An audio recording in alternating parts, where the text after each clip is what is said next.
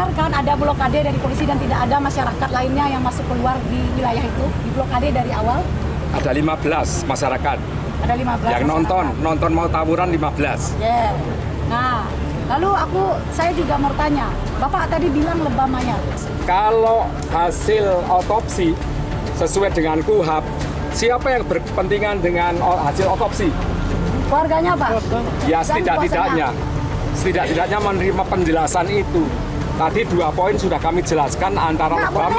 boleh Ya, tidak? boleh silakan. Oke. Silakan ya. Boleh. Ya, kita baru menjelaskan tentang Afif Maulana. Ya. Ini menyampaikan yang di Polsek Kuranji. Tunggu. Silakan. Jawab dulu itu. Ya. Masih sesuai prosedur menurut Bapak? Jangan Afif Maulana itu dan kawan-kawannya. Ya, terpisah antara kawan-kawan Afif Maulana yang berada di Polsek Kuranji dengan Afif Maulana yang berada di TKP Jembatan. Oke, saya bilang itu. Ketika kami merilis itu, Ya. yakinkah Bapak memang sesuai prosedur? Ada prosedur yang diduga kurang benar. Sehingga kenapa Propam kami turun dan memeriksa 45 anggota. Silakan kita bicarakan apa yang diperlukan. Kami penuhi apa yang diperlukan. Pada kesempatan ini saya atas nama institusi Polri selaku Kapolda Sumatera Barat turut berduka cita yang sangat mendalam atas wafatnya anak kita ini namanya Saudara Afif Maulana. Saya mendoakan terutama keluarga yang ditinggalkan untuk diberikan keikhlasan dan kesabaran. Dan saya mendoakan agar almarhum arwahnya diterima di sisi Allah Subhanahu wa Ta'ala. Sekali lagi mohon maaf manakala ada anggota kami yang kelakuannya kurang profesional, kami akan tindak tegas. Kalau ada anggota kami yang kurang profesional, kami tindak tegas.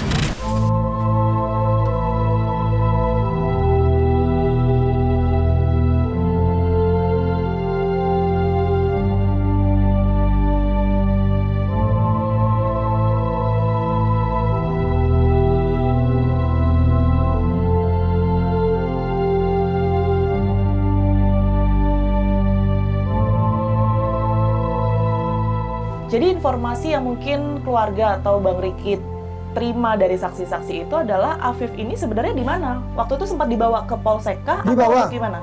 Dibawa pas di jembatan tuh ada Afif dikerumunin sama polisi. Itu Adit yang lihat atau saksi lain? Saksi lain, saksi yang berdua. Saksi nomor 3 subuh tadi saya dapat. Itu juga ngomong si Afif ini dikerumunin sama polisi. Abang mungkin sempat mendokumentasikan, bikin video. Ada video sama saya. Boleh saya lihat, Bang? Nih, Bang. Atas ini termasuk di 18 orang yang sudah Iya. diamankan polisi itu. Ada fotonya yang pas keluar dari foto ada semua. Saya lihat wajahnya ada juga semua. Ini pasti si Afif yang ceritanya tadi nampaknya dia juga panggil apa sih juga.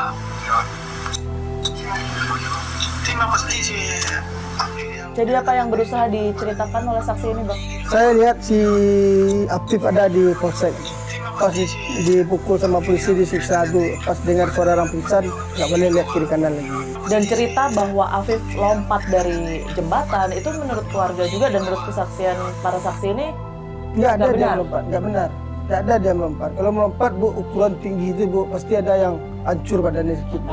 Patah. Yang polisinya nih, Bu, yang mukul si saksi yang nomor 2 nih polisinya, Bu. Dia liatin sama saya tuh, Bu. Ini yang apa, Bang? Ah. Oh, ini polisi yang pada saat itu terlibat dalam penangkapan. Iya. Karena ini banyak versi ya, antara kronologi yang kemudian sempat beredar, versi keluarga. Keluarga melihatnya kenapa sampai ada cerita yang berbeda ini? Cerita yang berbeda gini, Bu. Mungkin si Afif ini udah dipukul duluan sama polisi dan meninggal. Dicari jalan keluar sama polisi ini lagi, Bu. Kalau si Adit nih ngomong sama polisi, Pak, ada temanku jatuh, Pak. Pasti kalau kita polisi nih, Bu, pasti langsung kita cari ke bawah. Ini enggak, kalau polisi dah tahu, si Adit nih ngomong polisi, Pak, ada temanku jatuh, loncat ke bawah, langsung dicari sama polisi, Bu. Kenapa jam 11 siang baru bilang siapa ngapung? Kejanggalan juga tuh, Bu. Udah dibilang sama Sapip kan, sama si Adit, Pak, temanku lompat. Pasti polisi dicari ya, Bu. Kan udah bilang ada yang lompat. Kenapa baru jam 11 siang? Itu kan cerita yang ada tuh, Bu. Mau hilangin jejak. Kalau besar air kan dia hanyut. Hanyut. Itu masuk otaknya tuh. Kan ditaruhnya kayak gitu. Tapi udah jelas saksinya gini, tapi masih diliku-likukan juga jalan itu. Nggak boleh dong, satu janjang patah, satu ganti. Saya liatin aja tuh Kapolda ngomong, Bu, saya perhatiin monitor juga kan. pas jatuh api langsung melompat, dia ngomong kayak itu. Yang penyebab jatuhnya siapa? Penyebab jatuhnya kan ditendang sama polisi. Nah, itunya nggak ada dikeluarin sama Pak Kapolda. Jatuhnya aja, penyebab jatuhnya gimana? Karena siapa penyebabnya ditendang sama polisi? Penyebab meninggalnya korban tidak ada dibikinnya, cuma 0. Cuma dibisikkan sama papanya, tulang rusuk patah 6. Hanya itu aja. Ya, Cuma lisan. Karena patah 6 tulang rusuk menyusuklah ke paru-paru, robeklah paru-paru, menyebabkan dia kematian itu aja. Sampai sekarang hasil otopsinya tidak ada. Saya mau otopsinya swasparan. Kalau ragu, misal saya otopsi ulang. Tapi bukan Mayat dari cucu pihak saya kepolisian, siap dibongkar. dokter ya. Tapi kita harus swasparan, hadirin semuanya. Dokter dari TNI tolong dihadirkan, biar jelas. Siap dibongkar lagi. Katanya pas nyampe rumah nggak boleh dipoto katanya. Yang Apa yang nggak boleh difoto? almarhum nggak boleh dipoto katanya. Cuma kalau orang pengen lihat aja wajahnya, kan udah kejanggalan. Alasannya jahitnya masih melembek, tercopot jahitan itu alasannya. Yang nganter jenazah ke rumah juga ada dari pihak kepolisian. Nggak ada, Nggak ada, satu pun nggak ada dia. satu pun nggak ada. Jadi dari keluarga aja, Pak. Iya. Keluarga semua. Hari ini keluarga bersama kuasa hukum dan juga didampingi oleh Kontras mendatangi Komnas HAM untuk memberikan keterangan terkait pengaduan kami. Kami sangat berharap ya ketika kemarin seolah-olah Polda Sumbar itu ingin menutup kasus Afif Maulana ini segera mungkin. Dan dari awal kecurigaan itu sudah kami rasakan dan kami merasa ada dugaan kuat obstruction of justice yang dilakukan oleh kepolisian Sumatera Barat dalam tragedi ini. Kita tahu bahwa kasus ini tidak mudah. Kasus ini melibatkan banyak polisi diduga sebagai pelaku. Dan dalam keterangannya ada 45 orang yang diperiksa karena kasus ini begitu. Dan ini kasus yang luar biasa di Indonesia di mana polisi tidak menyiksa anak-anak dan itu bukan satu orang yang menjadi korban dan menewaskan satu orang anak dan banyak anak-anak lainnya juga menjadi korban. Untuk itu kami tetap akan berjuang memperoleh keadilan untuk Afif Maulana dan kawan-kawannya dan ini proses yang kami sedang lakukan ke Komnas HAM untuk segera Komnas HAM membentuk tim investigasi dalam kasus ini agar bisa membuat terang kasus kematian Afif Maulana dan penyiksaan terhadap teman-teman lainnya. Hingga saat ini saya katakan dengan tegas kami dari awal sangat yakin Afif Maulana dan kawan-kawannya disiksa hingga menyebabkan dia mati. Dan keluarga juga menyampaikan kepada Komnas HAM, keluarga sepakat untuk melakukan ekshumasi atas jenazah Afif Maulana, membongkar kembali kuburan Afif Maulana untuk mengungkap apa yang terjadi sebenarnya terhadap kematian anak kami Afif Maulana. Saya yakinnya anak saya tidak melompat karena tidak ada tanda-tanda di badannya jatuh dari ketinggian. Dan Afif pun tidak pernah tawuran sama sekali, keluar malam pun tak pernah, Pak. Saya sudah sampai di kantor Komnas HAM dan akan menemui Komisioner Komnas HAM untuk mengetahui investigasi yang telah dilakukan Komnas HAM berkaitan dengan kasus meninggalnya Afif Maulana dan juga rencana atau permintaan keluarga untuk melakukan ekshumasi. Kita temukan faktanya. Bang Uli Parulian Sihombing, Bang Uli apa kabar? Sehat ya? Sehat. Nah, informasi terakhir yang kami terima ini kan memang keluarga sudah menemui langsung Komnas HAM, kemudian juga Komnas HAM sudah membentuk langsung tim investigasi untuk kasus ini begitu. Hasil sementara yang kemudian mungkin sudah dikantongi oleh pihak Komnas HAM ini apa?